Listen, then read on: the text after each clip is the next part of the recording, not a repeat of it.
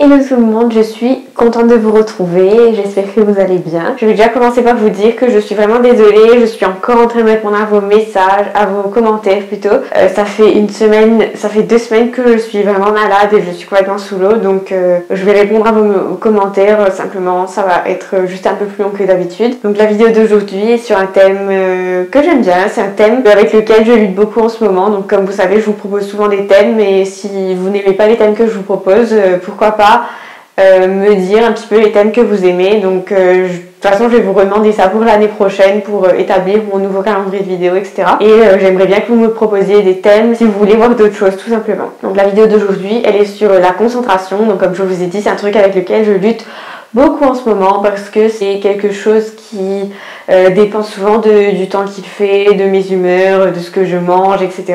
Et cette vidéo elle est que vous soyez en train de travailler ou que vous soyez étudiant, c'est-à-dire que vous ayez des examens à préparer ou que vous révisiez, tout simplement parce qu'on a besoin de se concentrer, que ce soit dans les études mais aussi pour des tâches à la maison, par exemple la lecture ou tout simplement apprendre un MOOC ou j'en sais rien. Je vous dis des choses que moi je fais mais qui sont dépendants de ça. Et depuis que j'ai arrêté la fac, depuis que j'ai fini mes études, en fait, plus rien n'est pareil pour moi niveau concentration. C'est-à-dire que j'ai beaucoup plus de mal à me concentrer depuis que je travaille en gros, parce que j'ai beaucoup plus de mal à retenir mon attention sur une durée prolongée, alors qu'avant, je faisais des grosses journées vraiment de 8h à 22h en ayant des pauses bien sûr, mais je faisais vraiment des grosses journées en étant concentrée tout le temps et en ayant toujours l'énergie pour me concentrer après. Je ne sais pas comment c'était possible, c'était la jeunesse. Et j'ai remarqué que depuis que je travaille, c'est impossible pour moi d'avoir une attention continuelle pendant plusieurs heures d'affilée sans prendre une pause, sans changer de tâche. Donc aujourd'hui, mes conseils sont pour vous. Si aussi vous avez le même problème que moi, mes conseils devraient vous aider à augmenter significativement votre temps de concentration. En tout cas, tout ce que je vous dis dans cette vidéo, j'ai appliqué ça à ma propre vie et c'est vrai, je peux vous dire, comme je suis en train de préparer plein de projets pour 2018, et j'ai besoin de ce temps-là pour réfléchir et j'ai besoin vraiment de me concentrer et d'être focus sur ce que je fais, sinon tout ce que je fais, ça prend un temps indéfini.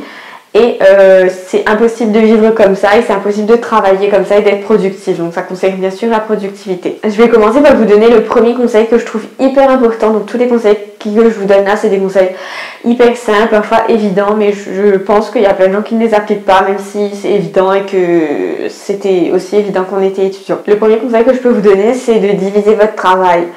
Il y a beaucoup de gens qui ont du mal à travailler d'un seul coup sur plusieurs heures en fait, sur la même tâche, le même projet ou peu importe ce que vous voulez. Et je trouve qu'on est plus efficace à travailler très peu de temps sur un seul truc que de travailler très longtemps là-dessus, tout simplement parce que notre concentration va naturellement diminuer avec notre intérêt pour le projet. Je ne sais pas si vous connaissez, je vous en avais parlé dans une de mes vidéos sur la productivité, je ne sais plus quelle loi c'est, mais qui dit que plus vous avez de temps et plus vous diluez tout ce que vous avez à faire sur ce temps-là, et c'est exactement ça qui arrive. Et ça arrive souvent au boulot ou dans les études quand on a des révisions mais qu'on a un temps hyper long pour réviser. Donc je vous conseille vraiment de diviser, de vous dire aujourd'hui je vais faire 30 à 45 minutes de travail sur ce truc particulier, mais je vais me concentrer extrêmement bien et je vais rester là-dessus quoi qu'il arrive. La deuxième astuce que je peux vous donner, c'est de diversifier. Alors si vous êtes comme moi, il y a plein de gens que je sais qui sont comme ça.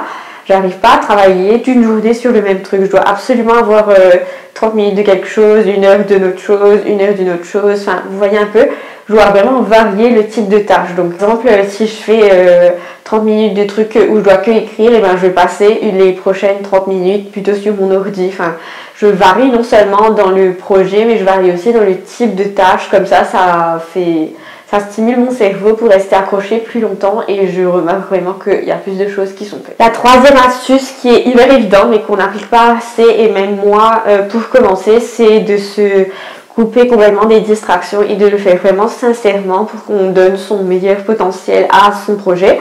C'est déjà de télécharger les petits logiciels qui existent pour que vous ne puissiez pas aller sur internet ou sur les réseaux sociaux. C'est sélectif, vous pouvez tout à fait dire moi je me coupe que de Facebook ou que vous vous coupez complètement que de tout ce qui est sur internet. Et aussi sur votre téléphone, le plus simple c'est de le mettre en mode avion. Je sais que c'est des astuces évidentes et tellement évidentes que des fois on n'y pense pas. Quatrième astuce pour moi, qui est une astuce qui a beaucoup fonctionné, donc comme je vous dis ces temps-ci, je dois quand même beaucoup travailler sur le projet que je prépare pour l'année prochaine et que vous découvrirez bientôt. Je peux travailler de chez moi, donc ce qui ne m'aide absolument pas, parce que de chez moi, quand je fais quelque chose qui n'a rien à voir avec le travail, donc quand je vais sur Facebook ou que je vais voir des sites de shopping, etc., je me sens pas du tout coupable d'aller le faire parce que je sais qu'il n'y a personne pour me juger à la maison. Et pour moi, le vrai changement se fait quand je vais travailler dans un endroit public, donc que ce soit à la bibliothèque ou dans un café. Je peux vous dire que ça change vraiment la vie. C'est vrai, des fois, c'est pas évident de s'habiller, surtout en ce moment, il fait froid. C'est pas évident de s'habiller, de sortir et d'avoir envie d'aller faire tout ça. Mais c'est payant parce que je peux vous dire que ma productivité est vraiment décuplée quand je suis dans les endroits publics, qu'il y ait des gens ou pas d'ailleurs en fait. Donc bien sûr un endroit qui ne soit pas trop bruyant, mais ça m'aide extrêmement beaucoup. C'est peut-être l'astuce qui est la plus utile dans toute cette liste. Mais quand même une dernière astuce qui est fidèle à tout ce que je vous dis, c'est de toujours planifier. Donc c'est vrai que vous n'allez jamais pouvoir vous concentrer si vous n'avez pas de plan. Et je peux vous dire pourquoi ça vous aide, c'est parce que quand vous voyez toutes les tâches que vous avez d'autant plus envie de finir et vous avez d'autant plus envie de vous investir pour finir toute la liste.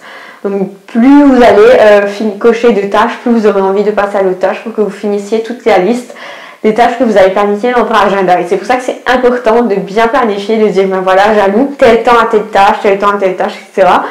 Même si vous ne respectez pas cet emploi du temps à la minute près, mais plutôt au quart d'heure près, c'est déjà bien.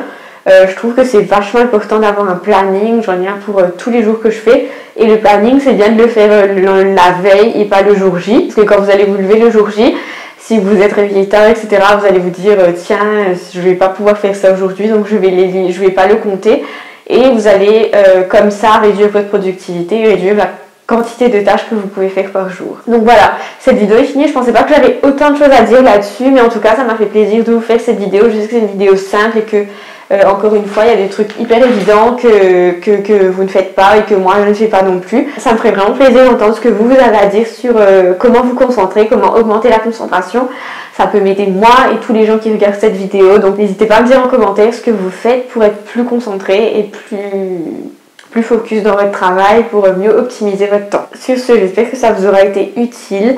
Je vous laisse pour cette semaine, mais je vous retrouve très vite la semaine prochaine. N'oubliez pas qu'il reste que, je sais plus, 7 semaines avant que l'année se termine. J'espère que vous avez déjà écrit vos résolutions. Et si ce n'est pas le cas, n'oubliez pas de le faire. Je vous retrouve très vite la semaine prochaine. Entre temps, je vous dis, prenez soin de vous.